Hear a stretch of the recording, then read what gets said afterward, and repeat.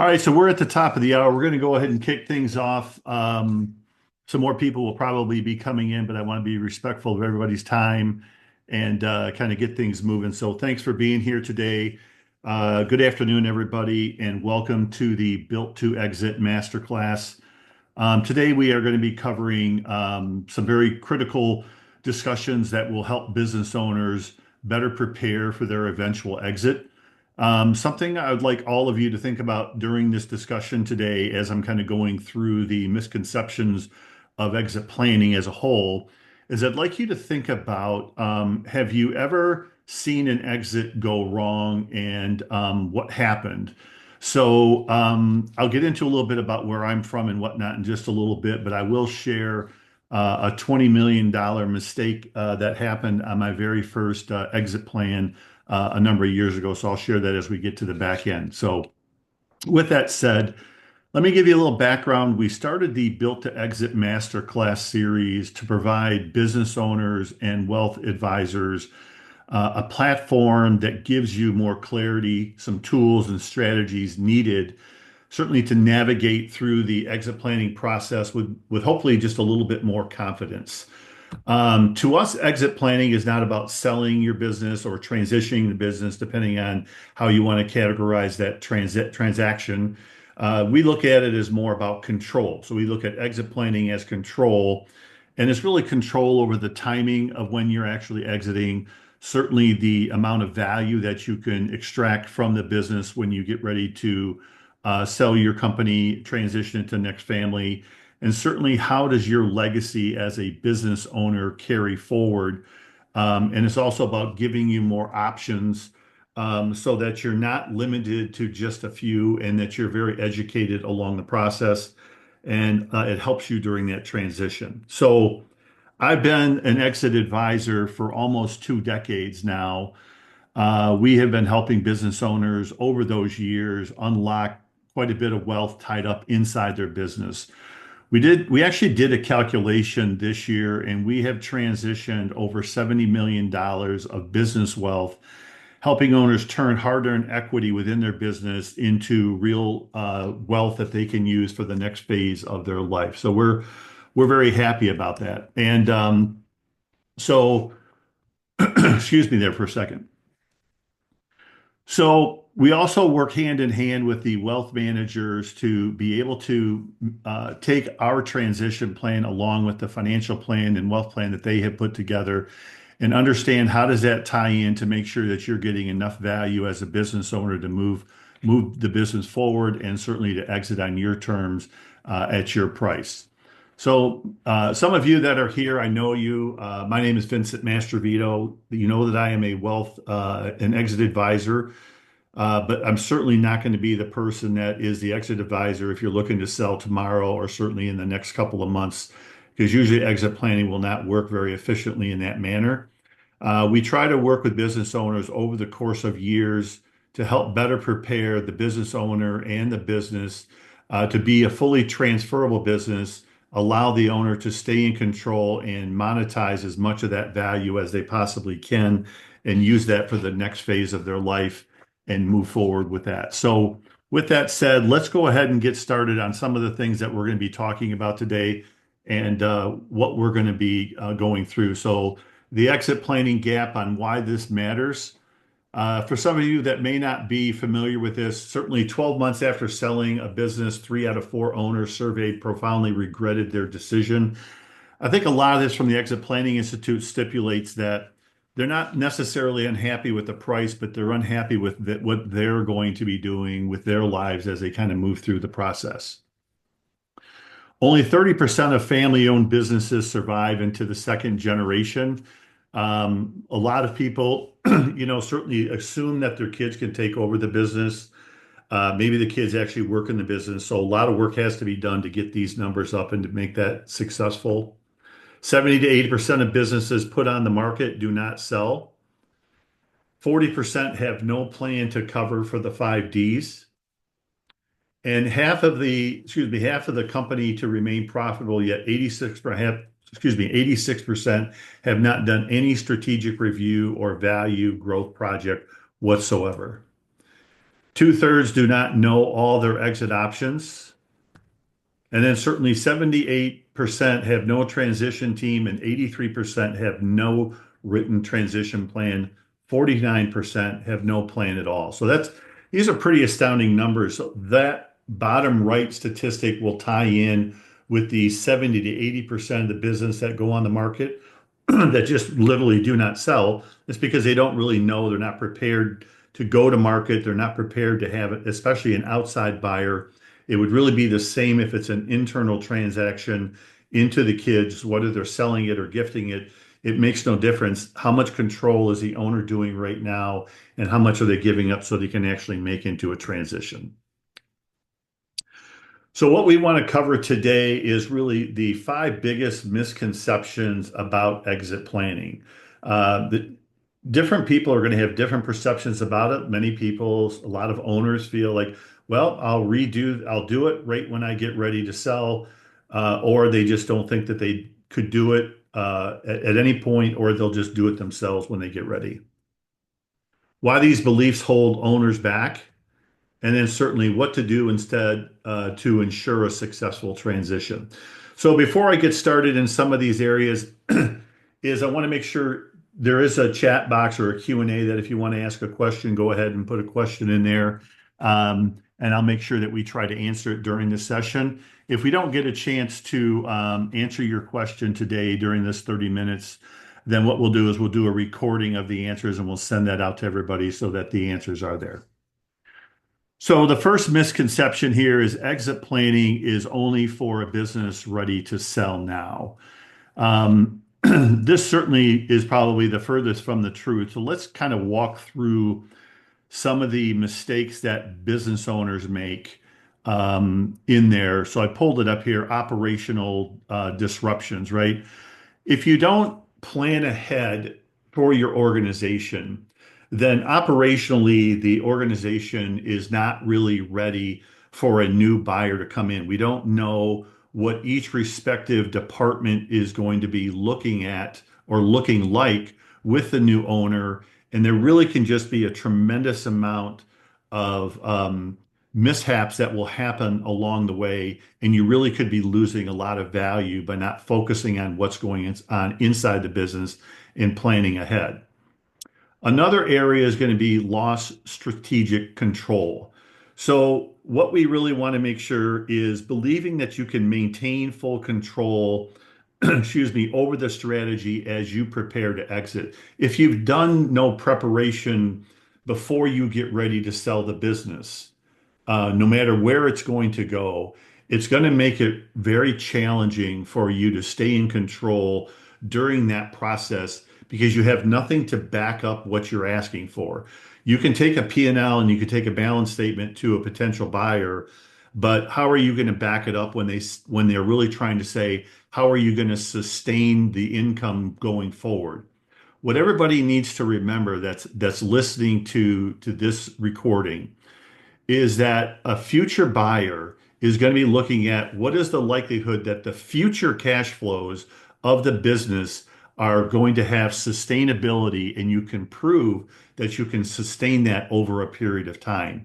And that's why you need to do exit planning ahead of time and not at the last minute. Educational awareness is obviously key. I think we probably do more educational discussions than anything whatsoever because helping the owner understand what all of their options are and what does a different process look like, whether it's family, strategic buyer, management buyout, ESOP, or a private equity deal. You have to have a lot of education to be able to understand which is the best path for you as an owner to make sure that you're going through that. Owner dependency is huge. Many owners today are the driving force of the sales or the manufacturing of the product or services that they do provide. I did a video a while back. This was a number of years ago. I think the number was about 80% of U.S. businesses, privately held U.S. businesses, were dependent on the owner for the manufacturing of the product or services that they provide and for all of the finances within the organization. The other thing about owner dependency that becomes a huge challenge is that now the revenue is tied to you, the owner. And so that in itself is not transferable over to another person as easily as they might think it is. I have seen a number of businesses that are profitable and have a really good value, but because the revenue is tied to the owner, it diminishes or eliminates really any true value inside of the organization. Because if that person leaves and he or she is now gone, then there's no way for that new owner to take over and get those customers and move them forward. So owner dependence is always a critical factor in most every single exit as you go through it. Transferable value is, or excuse me, a transferable business is one that can be transferred to any new owner. They can pick up and move the business forward. You have a leadership team or a management team, depending on the size of the organization, that is going to pretty much stay intact. You have a culture that is strong and moving forward, and someone can come in and it's almost, think of it as almost like a plug and play, and you can come in and with a reasonable short period of time, gather up some additional data and move this organization to the level that you want to have it.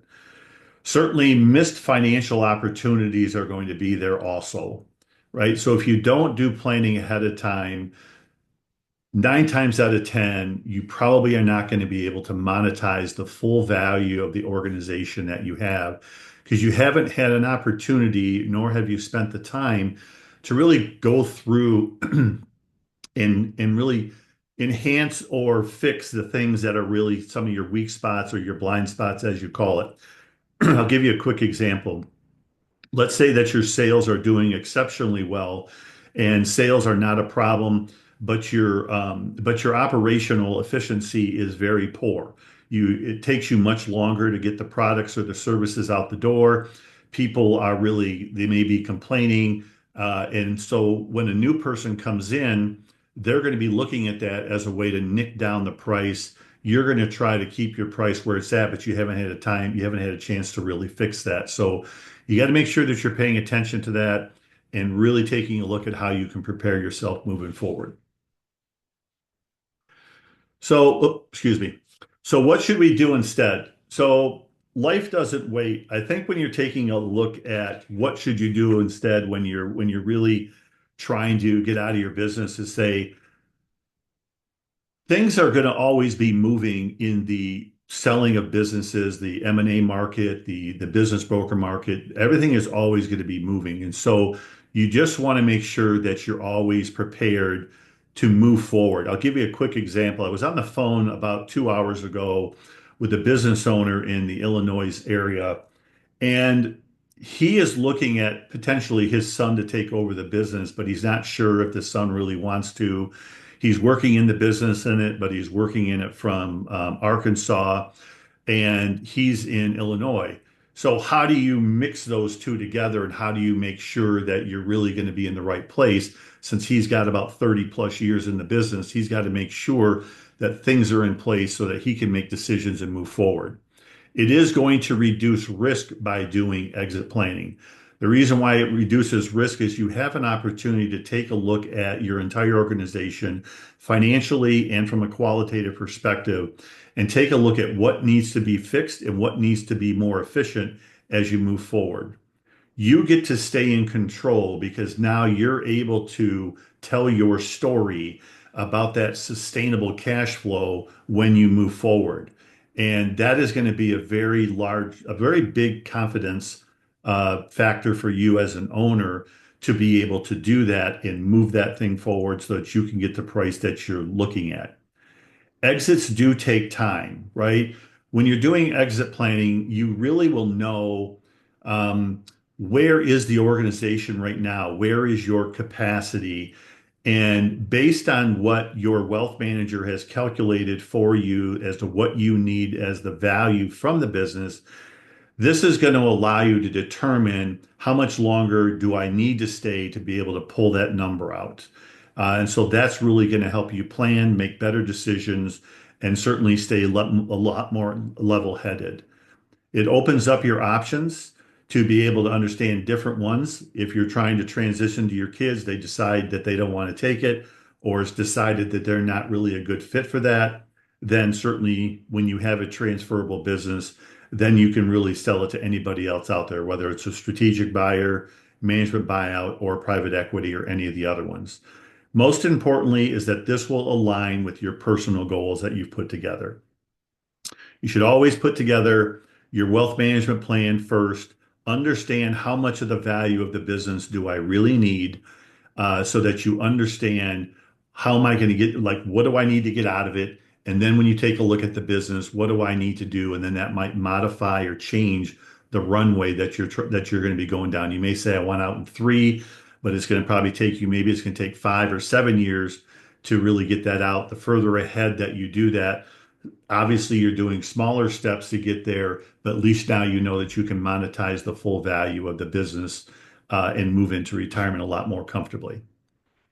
So that's number one. Let's talk about number two. Neglecting the emotional side of the business. This is one that really does kind of get thrown aside. It's not looked at a lot. A lot of owners sometimes don't think about it, which is why 3 out of 4 business owners profoundly regret selling or transitioning out of their business, because they haven't really thought, like, what am I going to do once I'm no longer coming into the office, right? Well, you can see the first one is loss of identity. Depending on how dependent you are on the business, what do you do now as you're working outside of the business? Or do you come in and you're working 50 or 60 hours a week? Do you not have time to have other activities once you leave the business because you're just so exhausted? So, loss of identity is going to be critical to understand when you get ready to transition out. Number two is difficulty in letting go. We find many times that business owners are really, they don't want to let go of what they're doing. I mainly see it when you're looking at it when kids are taking over the business, whether they're giving it to them or selling it to them. They think that they just want to do it their way and that they don't give up control, and they need to, because that's what creates owner dependency. And so you have to let go of the business. Sabotaging the deal. If you're not really ready to exit your business and you're still somewhat emotionally tied to it for whatever reason, you will sabotage any deal that's on the table, family to private equity. It's going to happen. I think I read somewhere in the M&A world that I think it's like 20%, could be a little bit more, are because the owner really is not ready. They back away. Something is going to go on, but it's tied to an emotional piece of the business that the owner has in there. Unrealistic expectations are going to be critical also. If you have not prepared as an owner, as far as what are the expectations, not only for your value, for the process, all along the way, that could really derail a deal. That could really set you up for not monetizing as much of the value as you need or that you would like. And then certainly we talked a little bit about you're blocking the next generational growth. Um, it's hard for owners to do this sometimes. I've seen some that do it exceptionally well. I would say that more than not, they don't do it well.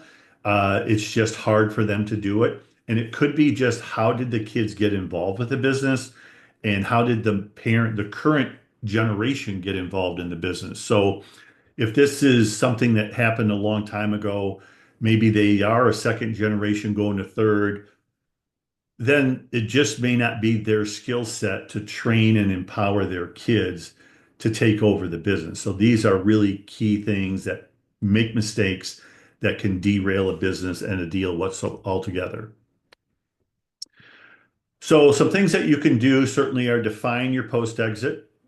Get an identity, get a date. It doesn't have to be set in stone. You say, hey, I'm going to be out in 5 years as long as I can get this number. If not, then I'm going to go year by year, and then I'll exit at that point when I can. I think those are always good things that you want to make sure that you're looking at. Involve your family, start letting go of the business. Remember why you started the business, and then let go of the no one can do it like me mindset. You have to be willing to let go of that, right? Younger generations, younger people in the business, your management team, they can bring back really good ideas and help things move forward as you're working towards that. Number three is I will just pass it on to my kids. Can the next generation even run the business? That is number one. My way is the only way, right? Because they started the business out of the garage, out of the basement, or whatever. I can prepare them myself. Certainly they may not have that skill set. They think they can, but they don't. That's why only 30% are successful. Sibling partnerships work themselves out. I've seen these things tank more than I have been successful. So it doesn't mean they can't. It just means you have to have conversations ahead of time. Everyone else will accept them as an owner. That is not always the case. You have to be willing to understand, what does the management team feel? What position are you putting them in when they first come into the business? So our suggestion is start the conversations early with your family, then with your management team. Develop a path, talk about it. Where are they today? Where do you want them each year? Where should you start them in the organization? Certainly don't put them in a decision-making role too quickly.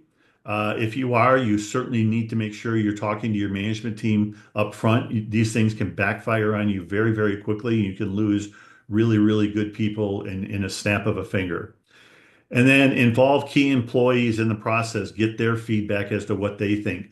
Get feedback from them along the way to say, hey, how are these folks doing? How are the kids doing? What's some of their weaknesses? Where are their strengths? And how do you move forward with that? Number four is my business is my retirement plan. I just read a study that 75 to 80% of all business owners are relying on the sale of their business to fund their retirement. That's a big number. So, for the wealth managers that are listening today, those are great conversations to have with your business owners. Certainly, the first one is right up your alley, lack of diversification of wealth. Literally, I would define this as a concentrated stock position that is not traded on any of the indexes whatsoever. So it's hard to unlock it. And so you're just really putting all your eggs in one basket, and that could really be detrimental to you. Overestimating your business value because you're probably waiting till the last minute and then you're not going to get it.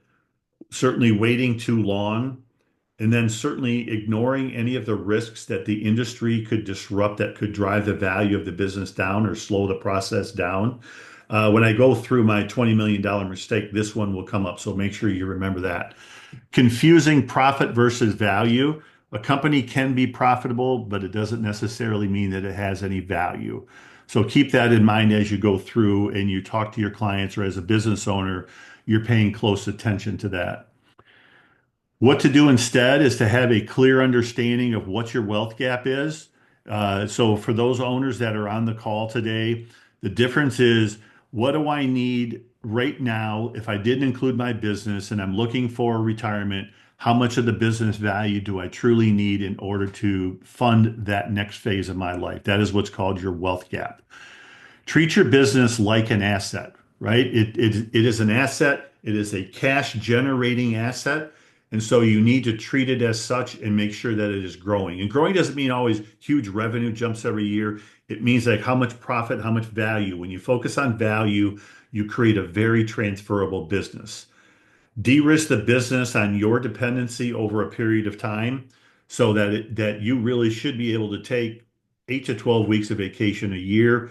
You have a management team in place. You don't have to take your computer with you, and you move on through the process. Enhance your operations, your sales, your culture, your leadership team, your finances. You need to be enhancing those at very high levels so that when you get ready to transition, it makes it a lot easier. And then revisit and adjust things as you go through. Economic things change, your ideas change and whatnot. So you need to have that plan redone on an annual basis. Ignoring the structure of the deal, right? Leaving money on the table. If you don't do exit planning, you most likely will leave money on the table. Um, Pay unnecessary taxes without proper planning, then you don't know if you're not looking at the structure of the deal and you're just looking at the gross number, are you going to be paying ordinary income tax or are you going to be paying capital gain tax? So, how are you going to manage those two as you're going through and what is the net number? Remember, the net number is what you spend, and that's what you really need to be focusing on. You're going to create risk without even realizing it because you don't know what the deal structure is, and you could be walking into something that really leaves you shortchanged and in a really uncomfortable and bad position. Certainly underestimating your buyer's motivations. Why are they even buying the business? What do they plan on doing with it? Because again, we've waited till let's just call it the 11th hour to try to do this deal. And it really, you're trying to push it through, and mistakes are always going to be made in that process. What you should do instead certainly is start early. Build the right team around you of people that you need, that you trust, and that you can lean on for advice and discussions. Get clear on what you want out of the business. Clarify any earnouts, because many deals, a lot of cases, there is going to be an earnout. So you have to take a look. Your wealth managers are going to need to calculate what's the difference between a lump sum payout and if you get earned out over 3, 5, or 10 years, right? You have to take that into consideration. And then stay emotionally centered during the entire process. When you have things in place and you're putting them together, then it's a lot easier to stay emotionally connected and move things forward. So those are the five misconceptions that we have that today for us to talk. Let's open it up for any Q&A. I want to kind of go through before we do that. And if anybody has a question, go ahead and put it in the Q&A. So let me talk to you about the $20 million mistake. This happened probably, I think it was around 2009. And it was a manufacturing company here in the state of Michigan. And they had a German company that wanted to come over and buy them. The owner was dead set on getting a $25 million purchase. And the original offer was around 18 million. They negotiated a little bit and the buyer came up to 20 million. The seller was not moving. He wanted 20 million out of the deal. He wasn't looking at the structure of the deal. He was looking how much he got gross on the gross side of it. Long story short, they walked away from the table. They were still interested in talking, so they weren't completely against it. But shortly after that, there was a turn in the market, and the economy took a swing. Their production and manufacturing went down, and the German company walked away from the deal. The economy got so bad for them because they made like transmission tubing and things of that nature. The economy got so bad that actually the owner and the vice president had to go back and work inside the shop to get things back up and running. That's how bad the economy hit him. And so he walked away from a $20 million deal without any money and is still owning the company and moving it forward to this day. So that's, it's a sad deal. You don't want to see that happen to anybody. Um, but, certainly it can happen to just about anybody. So a question I have here is, which of these misconceptions tends to blindside business owners the most, even when they think they've planned ahead? And how can advisors best uncover those blind spots? I think it's a great question. I think probably the most is going to be that I'm going to use it as my retirement plan. When you take a look at the fact that most business owners have not saved outside of their business, you're really putting a lot of risk inside of one asset. And I think having those conversations as you move forward, and understanding how can I de-risk my cash flow for retirement, that's what you really need to have as far as those conversations. So hopefully that answers your question. And we'll be happy to answer any more. So if you would like to connect, we have our QR code here that you can certainly scan that with your phone if you like and connect with us if you have any questions. If you'd like to know how your business would rank and how transferable it is. We have an assessment here that take you about 5 minutes to complete. You can scan this with your phone. Literally, it'll send you a PDF file of the report, and you'll be able to have that, and you can talk with your advisors and kind of see what are some of the next steps that you need to do to be able to make sure that you have a transferable business and you can move it forward. So that's all we have for today. I think we're pretty much right at 1:30. Boy, I really cut this one close. So next session is going to be on June the 10th at 1 p.m. We are going to be talking about understanding the 5 bridges of strategic planning. This will be a great class, a great session, because this is going to be talking about how do you really execute your strategic plan and how do you really take a look at what those gaps are so how you can fill them in. So we thank you all for being here today. Hopefully you got something out of it. This is being recorded, so we will send you a recording of it once we get it finished. And if you have any questions, please feel free to reach out and touch base with us. Thanks again and have a great day. Thank you.